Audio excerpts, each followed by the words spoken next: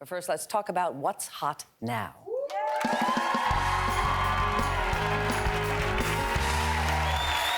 an interesting guest. I'm looking forward to that. Unbelievable.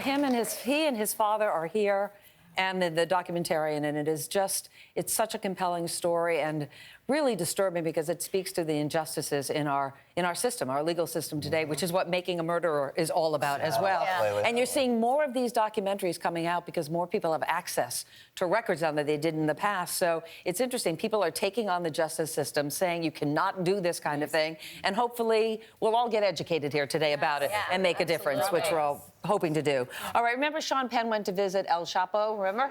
The drug lord before he was recaptured, and they did this interview. Well, apparently people are in love with the drug lord shirt. It is flying off the shelves. Everybody wants it. It comes in different colors. There is a retail store in Los Angeles. This retailer in Los Angeles is marking it as the most wanted shirt. Clever, huh? Very, very clever. Lance, I know for a fact you want one of these. I do, for not the reasons you think. This shirt is hideous, by the way. But, I mean, this is going to be my Halloween costume next year, for sure. You could do it with your hair like El Chapo. Oh, yeah. Do I look a little Would you El say Chapo-ish? they're very familiar? I mean, those shirts are all over the place. Yeah, well, I mean... I I think there's certain parts of the country that kind of embrace. I call it a disco shirt. I don't know, because it's got that big collar and like you'd wear it like in Vegas on like a boys trip or something. So Real Housewives of OC. It's very Orange County, but you know, like where I'm from. This is where I'm from, but a lot of the men.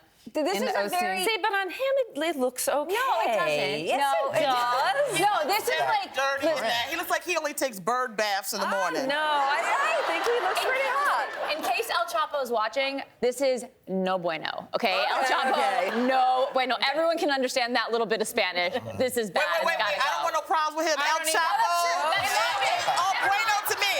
Okay? Oh, no, us. Save up. Save up. We love it.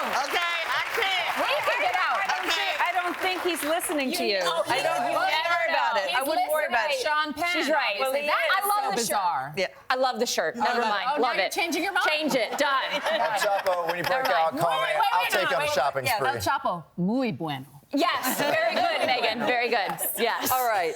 I just don't want a morte, whatever that is. It's January, right? People get sick all the time. It comes with the territory. You get a cold, you get a flu. Do you ever get cold shamed by people? People, you cough, you sneeze, and they move away from you as if you have the plague. There is a woman who writes all about this. A writer on EliteDaily.com says the simple act of blowing her nose on a subway train drew hateful stares as passengers inched away from her guilty nostrils.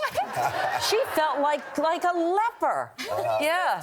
Well, that's what she said. She said she can't help it. She's cold. She's got a cold. You're sick and you have to be But on how is about- she coughing? How is she sneezing? If she's doing the sleeve thing, great. But she might be one of those people who's like, blah, you know. I had last weekend we were flying back to LA, and my husband and I were sitting on the plane, and there's a little cute 6-7-year-old girl comes by, and she kind of stares at us, and then just sneezes in our face. I'm like, great, we're gonna be sick next week. You know, it builds your immune system. I say bravo. No, it doesn't. And let me tell you something. Megan and Quinn, your daughter, both sneeze in my face. And I mean, and the thing about it is, if you know, I've talked about this before. You feel a cough, you feel a thing. No. Sometimes it just comes out. Well, then stay home if you can't control it, because I can't be sick. You know what you said to me this morning? I'm feeling a little under the weather, and she goes, go further in front of me. I don't want to draft behind you. I don't want to draft behind you because I feel your Because you were very sick and you stayed here longer than you should have. Remember? I agree. At the end of the year, remember? But wait a minute. I'm calling shenanigans. Okay, what's shenanigans? You know what I did? You know what I did? I cocooned myself. You did it. No, you did it. Yamanika. I know you did it. I think you broke out of that cocoon, ate your way out, and came to us with Well, my germs are not germy. You know what I mean? Like, Oh, yeah. It came from a good place. You didn't want to desert the show. You were being a professional. and I love you guys. I want to be here, and I need my paycheck. Okay. We're at that me too. All right. Me too. That's why I'm here. All right. If you are a deadbeat dad and you live in Arizona, you could find yourself on Twitter soon in an effort to raise awareness and accountability. The state has begun posting the photos, names, and money owed by deadbeat mothers and fathers to social media with a hashtag fact, deadbeat. It's the first time they've done something like this.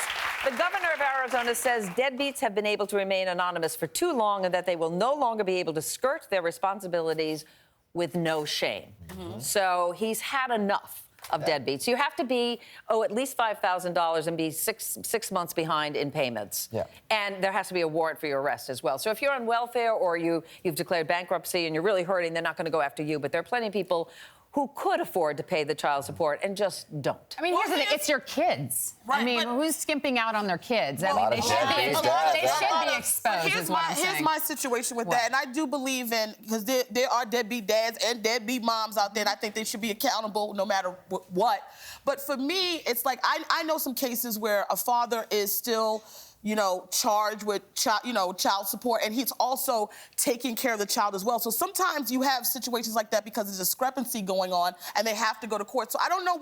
It's scary for me because you may not really know what the situation is that the child support is not being paid because of on the mother's side, gonna the father's vet them out. side. And it sounds like in this situation, there's very specific reasons for posting them on social media. It's more than $5,000. You said more than 6 months, right. and a warrant for your arrest. It could still be because the person could decide, I want to go to court, I want to fight this because I don't believe I should pay you child support because I'm also taking care of the child. But I'm so you never sure- know exactly what But the I'm sure situation they're going to is vet shame this out. I mean, someone the like first that. ones they put up, they owed over $150,000. That's I mean, it's a exactly. lot That's of money. just negligent. And That's this irresponsible. And this isn't That's not anything okay. new. We've been putting people in the paper for decades if you have a ticket. So, I mean, they've been shaming people publicly for Well, who decades. owes $100,000? I need to get a daddy too now. And that's You guys only It just shows you. Well, it just shows you that you can be a deadbeat dad and still have a ton of money and just be negligent of your That's child. true. I That's agree what's with you so on gross that. about All it. right.